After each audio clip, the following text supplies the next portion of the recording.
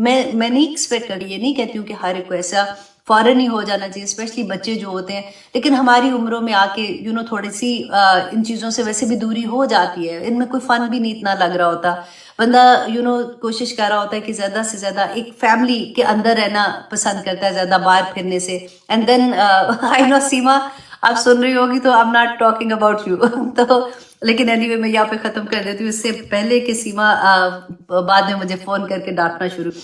اچھا جی، ہم کیا پڑھے تھے کہ وہ کہتے ہیں قسمیں کھاتے ہیں اللہ کی جہدہ ایمانہم، پکی قسمیں، لا یبعث اللہ من یموت، کہ اللہ ہرگز اس کو زندہ نہیں کرے گا جو مر جائے گا. تو اللہ سبحانہ تعالیٰ آگے جواب دیتے ہیں بلا کیوں نہیں، وعدن علیہ حقا، کہ اللہ کے ذمے ہے جو اللہ نے وعدہ کیا ہے نا وہ سچ وعدہ ہے. اب کیوں مانتے کیوں نہیں تھے؟ کیونکہ دیکھیں نا، جس نے کوئی غلط کام کیے ہوں گے اس کو اگر یہ کہو کہ تمہیں دنیا میں، اکثر آپ یہ دیکھیں کہ ہمارے سامنے ایسے ہوتا ہے کہ جی بچے اتنے خراب کام کیے یا اتنا جھوٹ بولتا تھا یا یہ کیا فلاں پہ یہ چیز کی، لیکن اس کو تو کچھ نہیں ہوا. تو ایک دن ایسا آئے گا جب انسان کو یہ چیز کا احساس ہو جائے نا، کرنے والے کو بھی اور جس پہ کیا ہے، کرنے والے کو اگر یہ احساس ہو جائے کہ یہاں پہ تو میں اپنی پوزیشن کی وجہ سے، میں بھی اللہ نے جو نوازا ہوا ہے اس کو غلط طریقے سے استعمال کر کے لوگوں کی نظروں سے بچ جاؤں گا، میں ترب زبان ہوں، تیز ہوں، اور میں بات کو ادھر سے ادھر گھما کے لے جاؤں گا تو کسی کو کیا سمجھ آئے گی، بچ جاؤں گا. وہاں پہ جا کے مجھے ایک ایک لمحے کا جواب دینا ہوگا.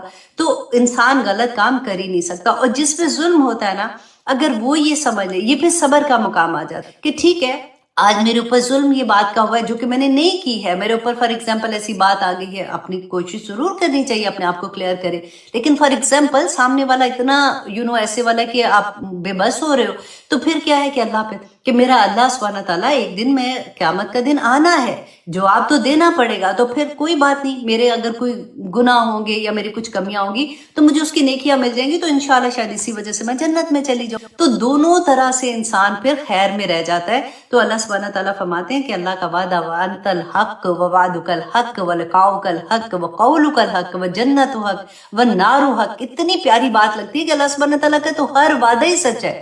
کہاں پہ جا کے بندہ ایسا سوچ، لیکن اس سے پہلے اللہ پر ہونا، اس سے پہلے رسول اللہ صلی اللہ علیہ وسلم کی ایک ایک بات پہ وہ کہتے ہیں نا تو پورے کا پورا ٹرسٹ کہ جو کچھ کہا ہے وہ حق ہے. تو پھر اس کے بعد کا یہ مقام آتا ہے. شروع میں تو سب سے پہلے وہی بات ہے کہ اللہ کی محبت مانگو، اللہ کی محبت مل جائے گی تو رسول اللہ صلی اللہ علیہ وسلم کی محبت ملے گی، رسول اللہ کی محبت ملے گی تو دونوں چیزوں پہ، جو قرآن ہے اس پہ اور جو حدیث ہے اس پہ عمل کرنا تو بہت آسان ہو جائے گا. اور پھر جب آپ عمل کرو گے، کیونکہ وہ دونوں کی محبتیں آپ کے پاس ہے نا، تو پھر انسان اتنا کمپلیٹ ہو جاتا ہے، اس کو پھر کوئی فکر نہیں ہوتا کہ میرے ارد گرد کیا لوگ کہیں گے یا کیسے کہیں گے، کیونکہ اس کی نظر کچھ اور طرح سے کھل جاتی ہے. وہ لوگوں کو اس مقام پہ نہیں دیکھتا کہ ان کے کہنے سے میری زندگی پہ کوئی اثر ہونے والا ہے. وہ اپنی گاڑی کا ڈرائیور خود بن جاتا ہے. ہمارا جسم، ہم پوری گاڑی ایک چلتے پھرتے کار کی طرح نا، میری سوچ، میری فیلنگز، میری ہر چیز نا میں اپنی مرضی سے، مجھے پتا ہے کہ میرے رب کو کیا پسند ہے، میں اس کو کسی اور کو چلانے نہیں دوں، کسی اور کے لفظ مجھے بے چین نہیں کریں گے. یہ مشکل ہے، اس پہ وقت، اس پہ محنت کرنی پڑتی ہے، اس پہ سوچنا پڑتا ہے، رائٹ. جب آپ ایک دفعہ سوچ لیتی ہو نا اس طرح سے کہ میری زندگی میں اپنے اللہ کے لیے اگر بٹ گئی ہوں تو میں کسی اور کی خاطر، یہ اللہ کی مخلوق ہے، اللہ نے اگر مجھے اولاد دی ہے تو وہ بھی اللہ کی مہربانی ہے، اللہ کی نعمتوں میں سے ایک نعمت ہے. میرا خامن، میرے ماں باپ، ان میں سے کوئی رشتہ، میرے دوست، یہ سب اللہ کی نعمتیں. اگر اللہ کی نعمتوں میں سے کوئی ایک نعمت مجھے بادر کر رہی ہے اس راستے پہ جانے پہ جہاں پہ میرا رب نے مجھے حکم دیا ہے اور میں خوشی سے چل رہی ہوں، تو آئی ڈونٹ کیئر. ٹھیک ہے، وہ اگر ناراض ہے، کیونکہ میرے دل میں ان کے لیے کوئی نفرت نہیں ہے، میں تو ان کے لیے بھی دعا کر رہی ہوں نا کہ اللہ ان کو بھی وہ دکھا جو مجھے دکھایا ہے، تاکہ ان کو بھی وہ لذت ملے جو مجھے مل رہی. تو ان سے جب آپ کی نفرت نہیں ہوگی نا، تو آپ کی آنکھوں میں، آپ کی باڈی لینگویج میں وہ غصہ نہیں ہوگا جو دوسرے کو آپ سے دور کرے گا. کہ دیکھا، وہ ہوتا ہے نا کہ جب الجھتا بندہ تو ایک تانا کی طرح کی آواز نکلتی ہے منہ سے، تو اس سے دوسرے سمجھتے ہیں کہ یہ اپنے آپ کو بڑی نیک سمجھ رہی ہے، تو وہ چیز بھی نہیں ہوگی. وہ پھر دوسروں سے محبت ہو جاتی ہے کہ یا پاک پروردگار میرے لو ونس کو بھی یہ سکھا دو جو مجھے سکھایا ہے، ان کو وہ فیلنگ عطا کر دو جو مجھے فیلنگ عطا ہوئی ہے. تو پھر سارے خیر میں آ جاتے ہیں. پتہ نہیں کب ہوگا، یہ نہیں پتا، لیکن چاہت تو ہوتی ہے نا. اور ہماری سوچ ہی، ہماری ہارمونز یہاں سے جو نکلتے ہیں نا باڈی میں، خوشی کے، غمی کے، وہ ہماری سوچ کی وجہ سے نکلتے ہیں. جب ہماری سوچ پاک ہو جاتی ہے تو پھر ہماری ہر چیز، آپ سوچیں کہ ہماری سوچ ہوگی تو ہیپی جو ہارمونس نکلتے رہے تو ہم سارا دن خوشی خوشی کام کریں گے. انشاءاللہ مشکل ہے، ناممکن نہیں ہے، لیکن اس پہ کام کریں گے تو اللہ سبحانہ تعالیٰ نے مومن اور مومنات کی جو نشانیاں بتائی ہیں نا، وہ یہی. اللہ سبحانہ تعالیٰ ہمیں توفیق عطا کرے، کیونکہ اللہ سبحانہ تعالیٰ ہی فرماتے ہیں وَلَكِنَّ أَكْثَرَ النَّاسِ، لیکن اکثر لوگ لا یعلمون، نہیں جانتے ہیں. اکثر لوگ یہ نہیں جانتے کہ قیامت کے دن ان کو واپس اللہ کی طرف لوٹ کے آنا ہے. اللہ کا وعدہ سچا ہے.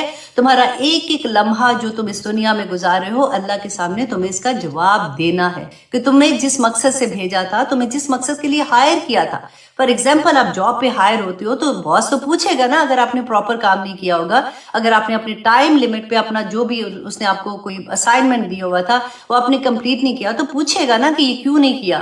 تو ایسا تو نہیں کہ اب آفس میں جاؤ اور جا کے بیٹھ کے فون پہ لگ جاؤ، باتیں کرنے ادھر سے ادھر اور ادھر سے ادھر جا رہے ہو. اب چلو لنچ بریک آ گیا، لنچ بریک آدھے گھنٹے کا تھا، 2 گھنٹے کے بعد واپس آؤں گے، مجھے کون پوچھنے والا ہے، رائٹ؟ اگر باس وہاں پہ نہیں ہے فار ایگزامپل، ٹائم پہ کام نہیں کرے گا، جواب تو دینا پڑے گا نا. دنیا کے معاملے میں ہم بڑے سیانے ہوتے ہیں، آنیسٹلی ہمیں اتنی سمجھ ہوتی ہے. اگر وہی بات کہ اگر کیمرہ لگا ہوتا ہے تو ہمیں سب پتا ہوتا ہے، ہم یوں کر کے سیدھے بیٹھ کے کام کر رہے ہوتے ہیں. اللہ سبحانہ تعالیٰ فرما رہے ہیں میں دیکھ رہا ہوں، میں دیکھ رہا ہوں.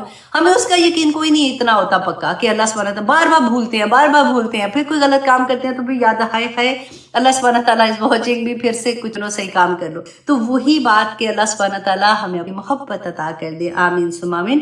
آیت نمبر 39 اللہ سبحانہ تعالیٰ فرماتے ہیں لیبین، کہ کیوں یہ ایسا کرے گا. قیامت کا دن آنے کی وجہ اب اللہ سبحانہ تعالیٰ بتا رہے ہیں، جو میں اس وقت سے بولی جا رہی ہوں، کہ اللہ سبحانہ تعالیٰ فرماتے ہیں کہ تاکہ وہ بیان کر دے لہم الذی، ان لوگوں کو وہ جو یختلفون، جو اختلاف کرتے. اختلاف کس چیز میں کرتے؟ کہ رسول اللہ کو نہیں مانتے ہیں نا، بار بار ان کو تنگ کر رہے تھے، اختلاف کرتے تھے. دیکھیے اللہ کو مانتے تھے، بار بار میں آپ کو یہ چیز بتاتی ہوں، اللہ کو مانتے تھے، اللہ کی نہیں مانتے. اب مکی دور کی آیات اگر آپ دیکھیں نا پورا قرآن میں، آپ مکی دور میں سوائے اس کے اللہ سبحانہ تعالیٰ نے کوئی احکامات کوئی نہیں آ رہے تھے. نماز بھی فرض تو جا کے مدینہ کے پاس ہوئی. ہر حکم، پردے کا حکم اور شراب کا حکم، تو سود کا حکم، یہ سارے کے سارے احکامات مدینہ میں جا کے 13 سال مکہ میں رسول اللہ صلی اللہ علیہ وسلم واز ان مکہ. اور مکہ کے اندر کتنے بت تھے نا، رسول اللہ وہاں پہ جاتے تھے، دعائیں کرتے تھے، لیکن وہ اس وقت وہ اس سچویشن میں نہیں تھے کہ وہ بتوں کو نکال سکتے. بت کب وہاں سے نکلے؟ جب فتح مکہ ہوئی ہے. اس سے پہلے تو وہاں پہ بت ہوتے تھے. مشرکین مکہ سمجھتے تھے ان سے زیادہ کوئی نیکی کوئی نہیں، کہ اللہ کے گھر کی عبادت تو وہ کرتے، اس کی حفاظت کرنے کے لیے اس کے رکھوالے تو وہ ہیں، چابیاں ان کے پاس ہیں. تو یہ نئے مسلمان آگے یہ کہتے ہیں کہ ہم اللہ کے زیادہ چاہیے. اللہ اکبر، ایسے ہوتا ہے. دیکھیں اللہ سبحانہ تعالیٰ نے پھر یہاں پہ جو ظاہر کیا کہ قیامت کا دن جب آئے گا تو حق کا فیصلہ اس دن ہوگا. جو کچھ ہے، اگر قرآن کو نہیں مانتے تو پھر تو پھر ان کی اپنی زندگی ہیں، پھر ان کی جو نیکیاں تھیں نا مشرکین مکہ کی. آج بھی جو ڈر کیا ہوتا ہے کہ قرآن نہیں کھلا زندگی میں، قرآن نہیں جانتے ہو، ادھر سے سن لی نیک بات، ادھر سے سن لی، اپنے آپ اندر بلٹ ان نیکیاں جو ہے اس کے مطابق اپنی زندگی گزار لی. تو مشرکین مکہ بھی تو یہی کر رہے تھے. اور کیا کر رہے تھے؟ ان کے بھی جو بڑے بڑے، ان کے کیا بزرگ نہیں تھے، ان کے بھی جو ابو جہل تھا، اس کا نام ابو الحکم تھا، وہ بڑے بڑے فیصلے کرتا تھا. ان میں بھی نیک لوگ ہوتے تھے. جو خانہ کعبہ میں پہلا بت لے کے آیا تھا وہ کون تھا؟ جو عمر بن لوئی، رائٹ، عمر بن لوئی. تو وہ کون تھا؟ ان کا نیک بندہ، ان کا جیسے عالم دین ہوتے ہیں نا، اس طرح کا تھا. اب وہ انہی کے پیچھے لگ کے کہ اگر یہ کر سکتا ہے تو مطلب اس نے ٹھیک ہی کیا ہوگا، ہم نے تو کیونکہ پتا کوئی نہیں ہے. اب ابراہیم علیہ السلام کے بعد، اسماعیل علیہ السلام کے بعد تو اتنے سال ہو گئے تھے، اتنے قریب سال تو ہمیں رسول اللہ صلی اللہ علیہ وسلم کے بعد ہو. اور ہم بھی کیا کوشش کریں، قرآن کو مضبوطی سے تھام لیں، حدیث کو مضبوطی سے تھام لیں، کہ ہماری زندگی میں کوئی ایسی چیز نہ ہے. کیونکہ ادھر ادھر دیکھتے ہیں تو ہم بھی سوچتے ہیں اچھا اس نے ایسے کیوں کیا، یہ تو لگ رہی ہے یہ تو پریکٹسنگ مسلمان لگتی ہے، تو پھر بھی یہ ایسا کام کرے. کتنے لوگوں کے بارے میں آپ کو جب بات کرتی ہوں، they are involved in the مسجد کی کمیٹی میں ہے، لیکن جب وہ نیو ایئر کی پارٹی کریں گے تو اللہ اکبر کہ امریکن کیا پارٹی کریں گے، اور وہ ساری چیزیں میں نام نہیں بولنا چاہتی ہوں، وہ سب پینا پلانا ہوتا ہے جو ان کی پارٹیز میں ہوتا ہے، اور وہ مسجد میں بھی انوالو ہیں۔ یہ جو ایسی والی چیزیں ہوتی ہیں جو میں کنفیوز کر کے رکھ دیتی ہوں، ہائی اتنا بڑا نام ہے، پیسہ بھی ہے، گھر بھی اتنا بڑا، گاڑیاں اتنی بڑی، مسجد میں بھی انوالو ہیں، دیکھو کتنے نیک ہیں، نمازیں بھی پڑھنے جاتے ہیں اور ساتھ ایسی چیز بھی کر رہے ہیں۔ یہ ہماری آنکھوں کے سامنے ہو رہا ہے آج کل۔ بچہ حافظ قرآن ہے، الحمدللہ ثم الحمدللہ، سارے ایسے نہیں ہیں، الحمدللہ بہت اللہ کا کرم ہے، تبھی تو دنیا چل رہی ہے، اور زیادہ تر لوگ اچھے ہوتے ہیں، لیکن اس کے ساتھ ساتھ اگر جا کے وہ لاس ویگس میں بھی جاتا ہے کوئی بات نہیں، اب کیا دنیا نہیں ہے ساتھ اللہ سبحانہ تعالیٰ نے رکھی ہوئی؟ تو یہ چیزیں ہماری زندگیوں میں چل رہی ہوتی ہیں، تو قرآن ہمیں راستے میں، جیسے ہوتا ہے نا ماں نے کیا روکنا ہے، آنیسٹلی ماں تو بات میں ڈر کے بیچاری چپ ہی ہو جاتی ہے کہ بچے ماں سے بھی بڑے ہو جاتے ہیں۔ قرآن ہمیں جگہ جگہ روکتا ہے، بتاتا ہے رکو، دیکھو، ایسے نہ کرنا، ایسے نہ کرنا، کیونکہ آخرت میں حساب ہے۔ اللہ سبحانہ تعالیٰ فرماتے ہیں تاکہ جو اختلاف ان کے دنیا میں تھے، قیامت کے دن اللہ سبحانہ تعالیٰ اس کا فیصلہ کر دے گا۔ تو یہ دنیا میں سوچ لو، اگر کوئی بھی، یہ تو اختلاف اسلام کے بارے میں آپ کو بتا رہی ہوں، دین کے بارے میں بتا رہی ہوں، اگر گھر میں کوئی اختلاف ہے، بچی کی فار ایگزامپل نئی نئی شادی ہوئی ہے، سسرال میں گئی ہے، اب تو سسرال والے ویسے بہت اچھے ہو گئے، لیکن فار ایگزامپل ہر جگہ پہ تو فرق ہوتا ہے نا، اگر کوئی مسئلہ ایسا آ رہا ہے کہ وہ نہیں بتا سک رہی، نہیں کہتی بھی ہے، کوئی ماننے کو تیار نہیں، ایون ہسبینڈ تنگ کرنے والے کئی دفعہ ہوتے ہیں، اور ایون بیویاں بھی ہوتی ہیں ویسے ادھر بھی، تو نہیں فیصلہ ہو پا رہا کہ کیا ہے کیا نہیں ہے، پھر دوسری پارٹی کے لیے میں یہ کہوں گی کہ صبر۔ دیکھیں ایک دن آئے گا اور آگے آپ دیکھیں گے، اتنی پیاری بات اللہ سبحانہ تعالیٰ فرماتے ہیں، دنیا میں اللہ سبحانہ تعالیٰ دکھاتے ہیں، ہمیں پتہ ہے کیا ہوتا ہے، اچھا آخرت میں دکھائیں گے، پتہ نہیں آخرت میں کیا ہوگا، ہم دیکھ بھی سکیں گے کہ دنیا میں بھی اللہ سبحانہ تعالیٰ، بس صبر، اللہ سے مانگو، اللہ سبحانہ تعالیٰ انشاءاللہ دے گا۔ اور فی اس میں میرے نوٹس کے اتنے لمبے پیپر ہیں، اچھا، وَلِيَعْلَمَ الَّذِينَ، تاکہ جان لے وہ لوگ جنہوں نے کفروا، کفر کیا۔ اچھا جی، اب یہ کیا ہوا ہے؟ اچھا جی، وَلِيَعْلَمَ الَّذِينَ كَفَرُوا، اور تاکہ جان لے وہ لوگ کفر کیا تھا، إِنَّهُمْ كَانُوا كَاذِبِينَ، کہ وہ جھوٹے تھے۔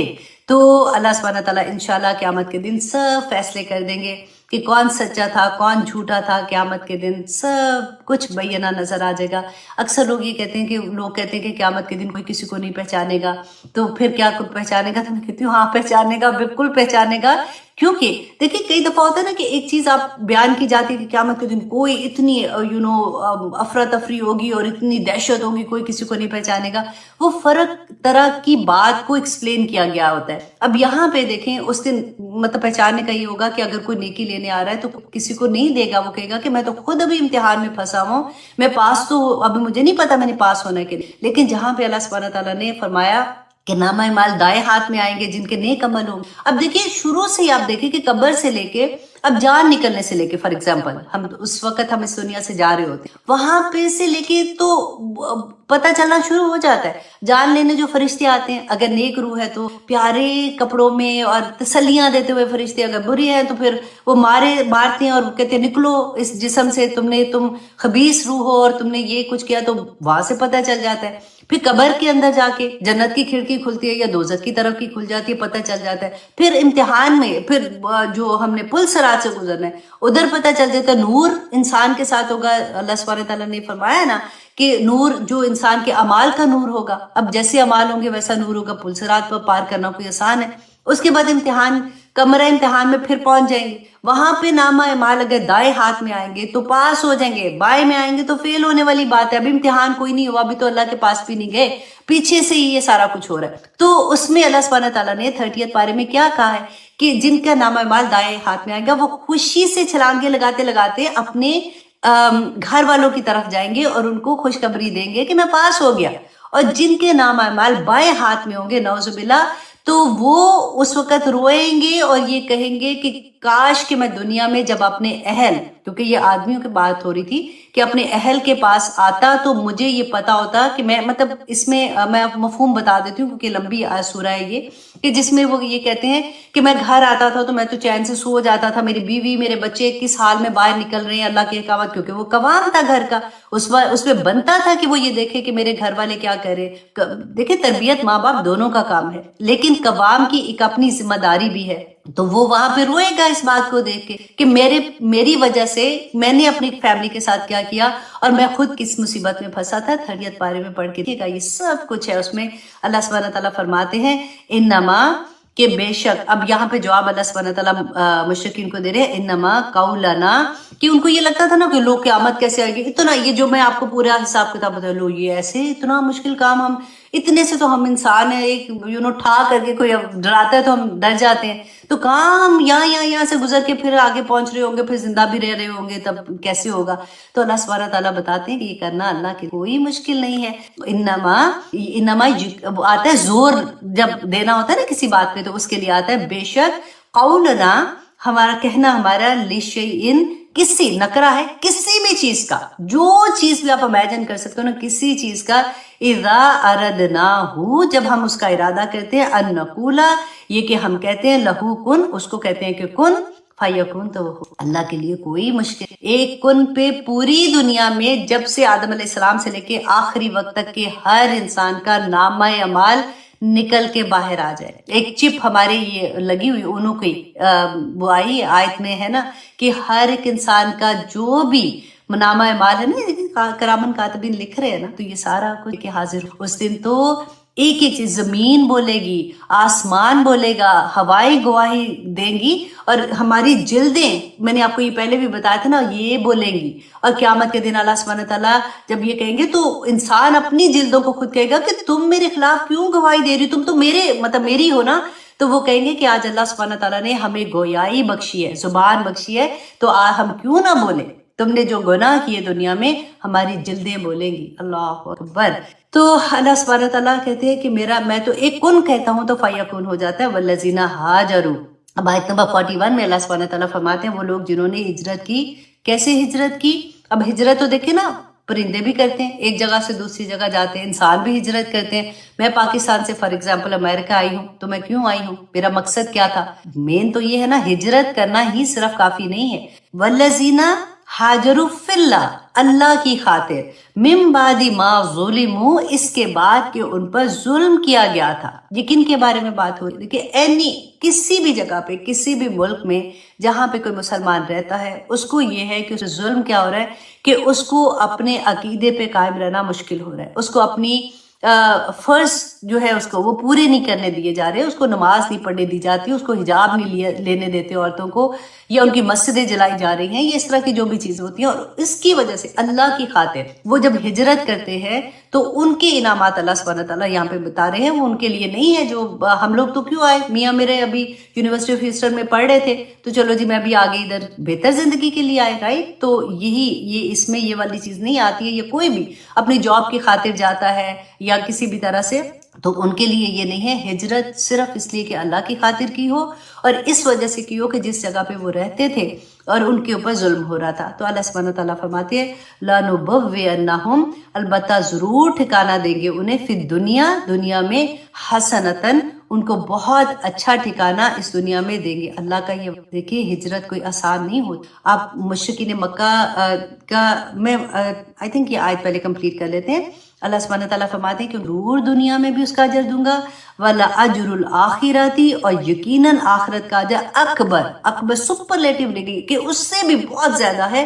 لَوْ كَانُوا يَعْلَمُونَ, کاش کہ وہ جان لیں. دیکھیں مسلمانوں کو جب مدینہ میں ہجرت کرنے کا حکم آیا تھا نا, یہ آیا بیسیکلی تب تھی جب ہجرت حبشہ مسلمانوں نے کی تھی, اور اس کے بعد جب مسلمانوں کو مدینہ میں ہجرت کرنے کا حکم آ گیا تھا, تو پورا نہ پتہ تھا جس جگہ ہجرت حبشہ میں, آپ دیکھیں نہ پتہ ہی نہیں کہ کہاں جا رہے ہیں, کیسے جا رہے ہیں, اگر فیملی ساتھ ہے تو کھائیں گے کہاں, تو رہیں گے کہاں. تو جس جگہ پہ رہنے, آپ دیکھیں اس زمانے کا رواج کیا تھا کہ جو قبیلہ تھا نا, اگر قبیلہ سے کٹ گئے تو آپ بالکل ایسے ہو گئے کہ آپ اکیلے, مطلب کوئی قبیلے کی جو وہ ہوتی تھی نا پروٹیکشن ہوتی تھی, وہ بہت اسٹرانگ ہوتی تھی. اس کے علاوہ تو بندہ پھر گیا کام سے والی وہ بات ہوتی تھی. تو قبیلہ چھوڑنا, اپنی لو ونس کو وہاں چھوڑ کے جانا, اپنا کاروبار چھوڑنا, اور کیوں؟ صرف اس لیے کہ میرا دین قائم رہے, میرا اللہ مجھ سے راضی رہ جائے, میں جو کام, مجھے جو حکم ہے اللہ کی طرف سے, میں وہ پورے کر سکوں.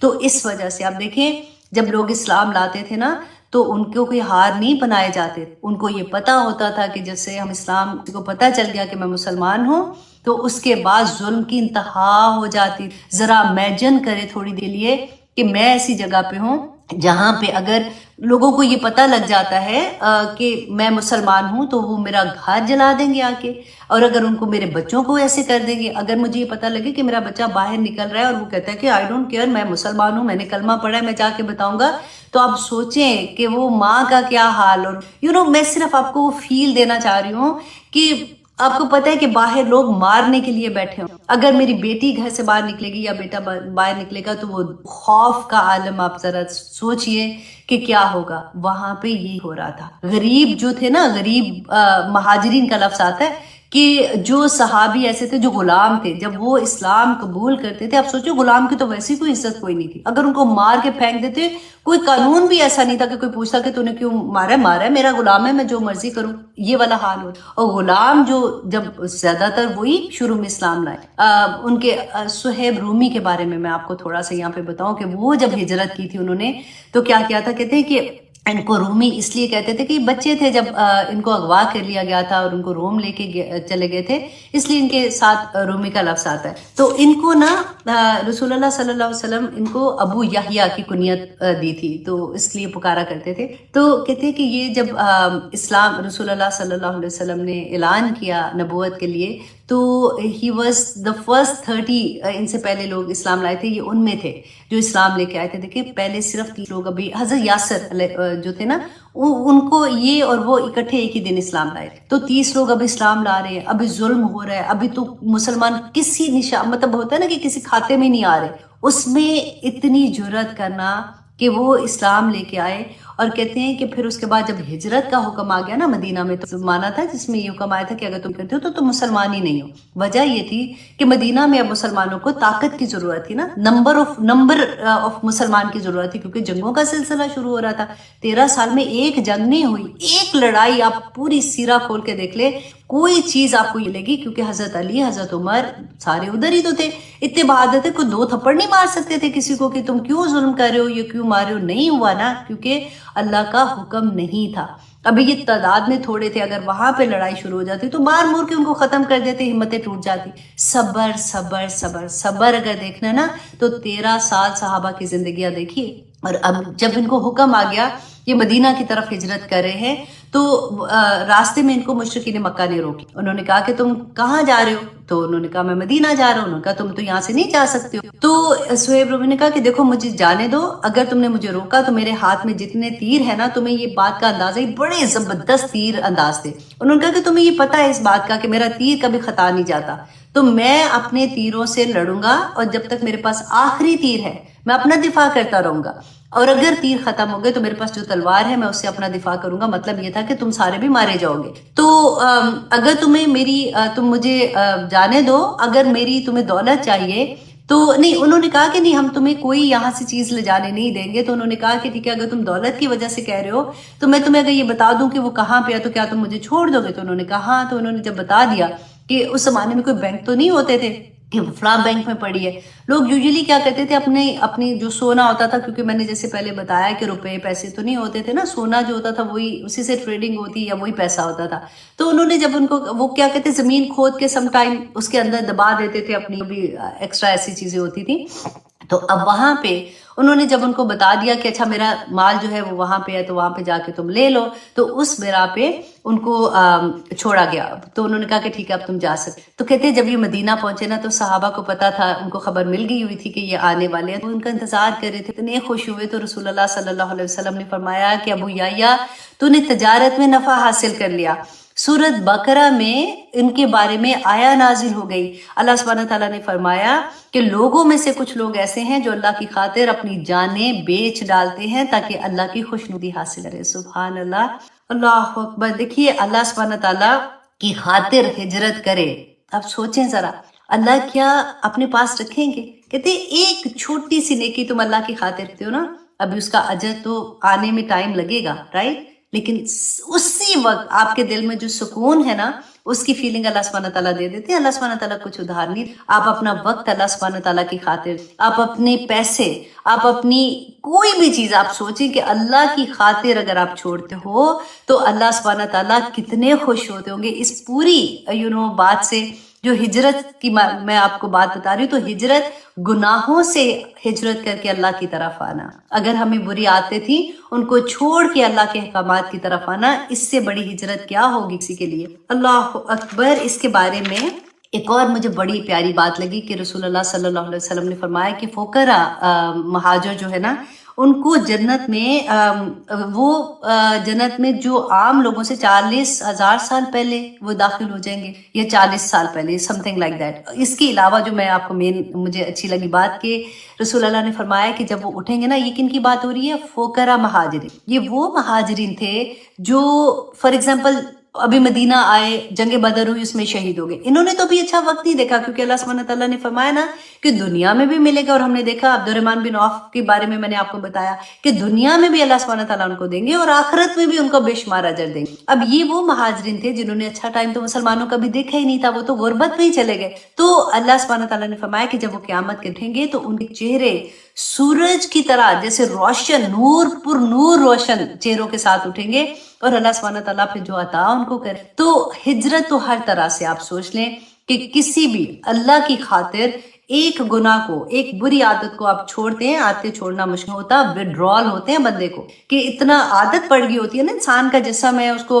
ایک مائنڈ سیٹ ہوتا ہے، اس کو عادت ہوتی ہے کہ میں تو ایسے کر رہی ہوں اتنی دیر سے. تو وہ پھر جب آپ چھوڑتے ہو تو بڑی مشکل پڑ جاتی ہے چیزوں کی. وہ بالکل ویسی ہے کہ جب آپ میڈیسن کھا رہے ہوتے ہو تو اچانک اگر آپ چھوڑو نا تو آپ کو وڈرال پڑتے ہیں، جیسے ڈپریشن کی میڈیسن ہوتی ہے یا اس طرح کی. تو وہی بات یہاں پہ کہ اللہ سبحانہ تعالیٰ ہمیں توفیق عطا کرے کہ ہم اللہ سبحانہ تعالیٰ کی خاطر ہجرت کرنے والے بن جائیں. دیکھیں اب ہم نے کوئی ایسی والی ہجرتیں تو لکھی نہیں ہے، ہمارے پاس اللہ کا شکر ہے کہ ایسے حالات نہیں ہیں کہ ہمیں کبھی کہیں ایسا ظلم ہو رہا ہے تو ہمیں ہجرت کرنی پڑے، یا پھر کوئی بھی ایسا معاملہ ہمارے سامنے نہیں آتا.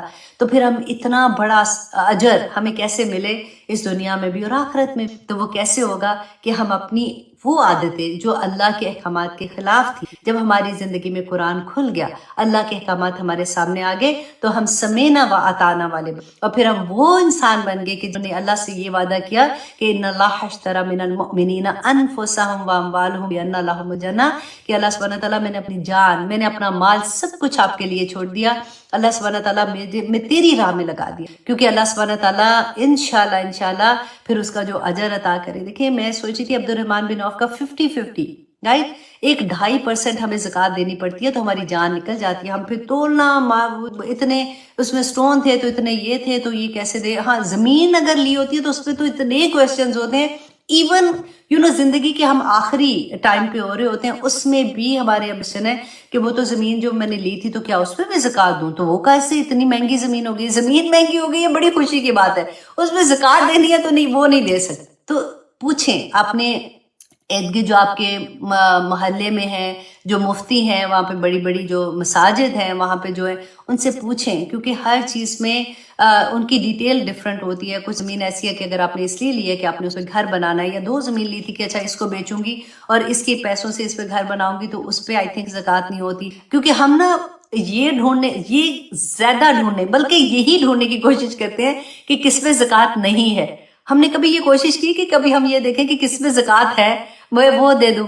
تو اللہ سبحانہ تعالیٰ ہمیں حوصلہ دے، کیونکہ پیسے 2.5% نکالنے بھی مشکل ہو جاتے ہیں بندے کے لیے. اور اگر دیکھیں مدینہ میں یہ حال ہو گیا تھا کہ ایک زمانہ آیا تھا کہ کوئی بھی مدینہ میں زکوٰۃ لینے والا نہیں بچا یہ تھا، کیونکہ وہ اللہ کے احکامات مان رہے تھے. تو اچھا جی، اب اللہ سبحانہ تعالیٰ نے کہا جیسے ہجرت کی والذین ہاجروا فی اللہ من بعد ما ظلموا لنبوئنہم فی الدنیا حسنہ ولأجر الآخرۃ اکبر لو کانوا یعلمون. کاش کہ وہ یہ جانتے. آیت نمبر 42 میں اللہ سبحانہ تعالیٰ فرماتے ہیں الذین صبروا، وہ لوگ جنہوں نے صبر کیا، وعلی ربہم یتوکلون، اور وہ اپنے رب پر توکل کرتے ہیں. یہ دونوں چیزیں آپ دیکھیں، صبر اور توکل، جس کو یہ مل گیا نا، یہ اتنی پیاری چیز ہے، اتنی پیاری چیز ہے کہ جس کو صبر اور توکل مل گیا تو پھر باقی کچھ بھی نہیں رہتا. پھر وہ بندہ ہوتا نا موجہ ہی موجہ، پھر وہ والی بات ہو جاتی ہے کہ کوئی کچھ کہہ دے تو بندہ بس اپنی موج میں کہ ٹھیک ہے جی، تو نے اگر کر لیا تو تجھے سکون ملا ہے نا یہ کر کے، تو چل ٹھیک، تو کر لے. میرے اوپر ظلم کیا ہے، میرا اللہ ہے نا، اب توکل، اللہ ہے نا، اللہ میرا بدلہ لے لے گا. اللہ سبحانہ تعالیٰ نے کیا فرمایا؟ کوئی چھوٹی بات ہے میرے ولی سے دشمنی نہ کرنا، میں اس کا بدلہ لینے آ جاؤں، تو اللہ کے ولی بن جاؤ نا. اور اللہ کے ولی بننا کون سا مشکل. اللہ سبحانہ تعالیٰ نے فرمایا تھا کہ جو میرے فرض ادا کرتا ہے اللہ سبحانہ تعالیٰ کو سب سے زیادہ پسند ہے، اور جو اس کے ساتھ نوافل ادا کرتا ہے تو اللہ اس کے ہاتھ بن جاتا ہے، وہ ساری حدیث آنکھ بن جاتا ہے نا. تو اللہ کے ولی بننے کے لیے اللہ کے احکامات پہ بس عمل ہی کرنا ہے نا، اللہ سبحانہ تعالیٰ خوش ہو جائیں گے. اور اللہ سبحانہ تعالیٰ آگے دیکھے فرماتے ہیں وما ارسلنا، اور نہیں بھیجا ہم نے من قبلک، آپ سے پہلے، الا رجالا، مگر مردوں کو، نوحی، وہی کرتے ہیں ہم، کرتے تھے الیہم، ان کی طرف. کیونکہ یہ مشرکین مکہ یہ کہتے تھے کہ اللہ سبحانہ تعالیٰ نے بھیجنا تھا تو فرشتے بھیجتے. تو اب اللہ سبحانہ تعالیٰ فرما رہے ہیں کہ اس سے پہلے کیا پہلے مرد نہیں آئے؟ یہ کوئی پہلی دفعہ تو نہیں ہوا، تو تم کیوں اتنے پریشان ہو؟ فاسألوا، پوچھ لو، اہل الذکری، اہل علم سے، ان کنتم لا تعلمون، اگر تم نہیں جانتی ہو. تو اہل ذکر کس کو کہا ہے؟ جو اہل کتاب تھے، کیونکہ مدینہ میں اہل کتاب تو تھے نا. تو اللہ سبحانہ تعالیٰ نے کہا کہ ان سے پوچھو جا کے، یہود و نصارہ سے، کہ ان کو نہیں کیا اللہ سبحانہ تعالیٰ نے یہ دیا کہ ان کے پاس تو ان کے نبی آئے تھے نا، حضرت موسیٰ، حضرت عیسیٰ آئے تھے، ان کے پاس کتابیں آئی تھی، اور ان کے پاس کتاب کون سی تھی؟ تورات اور انجیل تھی. تو ان سے جا کے پوچھو. اور پھر اللہ سبحانہ تعالیٰ نے فرمایا فصل آیت نمبر 44، بالبیناتی، اور 7 واضح دلائل کے، والزبر، اور 7 صحیفوں کے، کہ ان کو واضح دلائل، اور ان کو صحیفے جو تھے اس میں ان کو واضح دلائل بھی دیے گئے تھے. وَأَنزَلْنَا، اور نازل کیا ہم نے، الیک، آپ کی طرف، الذکر، الذکر یہ قرآن. اور اے نبی ہم نے آپ کی طرف یہ قرآن نازل کیا. کیوں نازل کیا؟ یہاں پہ اللہ سبحانہ تعالیٰ اس کی وجہ بتا رہے ہیں، لِتُبَيِّنَ لِلنَّاسِ، تاکہ آپ واضح کر دے ناس لوگوں کے لیے، ما ننزلہ، جو اتارا گیا، علیہم، ان کی طرف، کہ ہماری طرف جو اللہ نے نازل کیا ہے وہ ان کو بتا دے، وَلَعَلَّهُمْ، تاکہ وہ یتفکرون، تاکہ وہ غور و فکر کرے، غور و فکر کرے. اللہ سبحانہ تعالیٰ نے فرمایا تھا نا کہ تم آخر کیوں غور و فکر نہیں کرتے ہو؟ کیا دلوں پہ کفل پڑ گئے ہیں؟ تو وہی بات اللہ سبحانہ تعالیٰ نے فرمایا کہ تمہارے پاس قرآن اس لیے کہ اللہ کے احکامات بینہ، بیان کر دو، لتبینہ، تاکہ آپ واضح بیان کر دیں. رسول اللہ کے بعد تو اب جتنے بھی، ہر مسلمان کو یہ اس کا یہ فرض ہے کہ وہ اللہ سبحانہ تعالیٰ کی بات دوسرے تک پہنچائے.